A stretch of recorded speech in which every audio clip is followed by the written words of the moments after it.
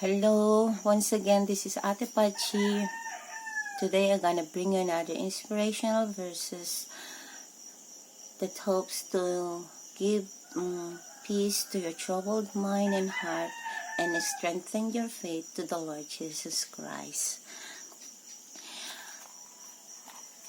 Proverbs 4:20-22, it says, "My child, pay attention to what I say. Listen carefully to my words. Don't lose sight of them. Let them penetrate deep into your heart, for they bring life to those who find them and healing to their whole body." Isaiah 53:5.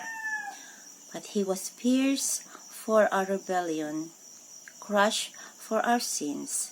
He was beaten so we could be whole. He was whipped so we could be healed. Mark 11 verses 23-24. I tell you the truth.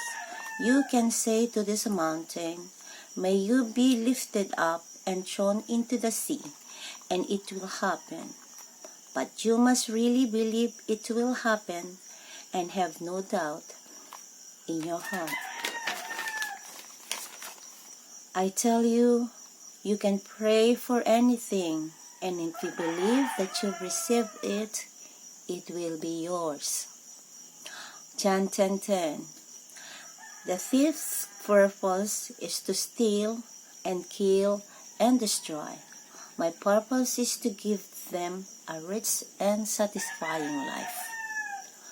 Romans 8 verse 11. The Spirit of God who raised Jesus Christ from the dead lives in you.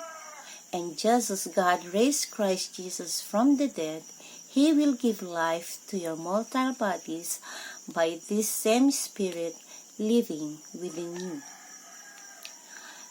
Ephesians 6 verses 10-17. A final word.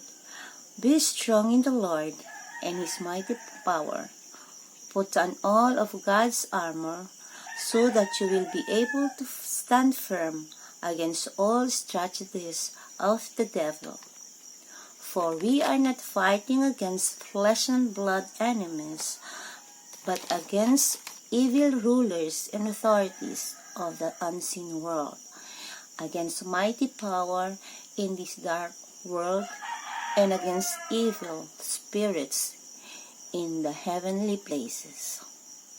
Therefore, put on every piece of God's armor, so you will be able to resist the enemy in the time of evil. Then after the battle, you will still be standing firm. Stand your ground, putting on the belt of truth and the body armor of God's righteousness. For shoes, put on the peace that comes from the good news, so that you will be fully prepared.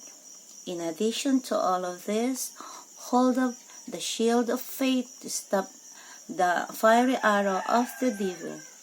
Put on the salvation as your helmet, and take the sword of the Spirit, which is the Word of God. Philippians 2:13.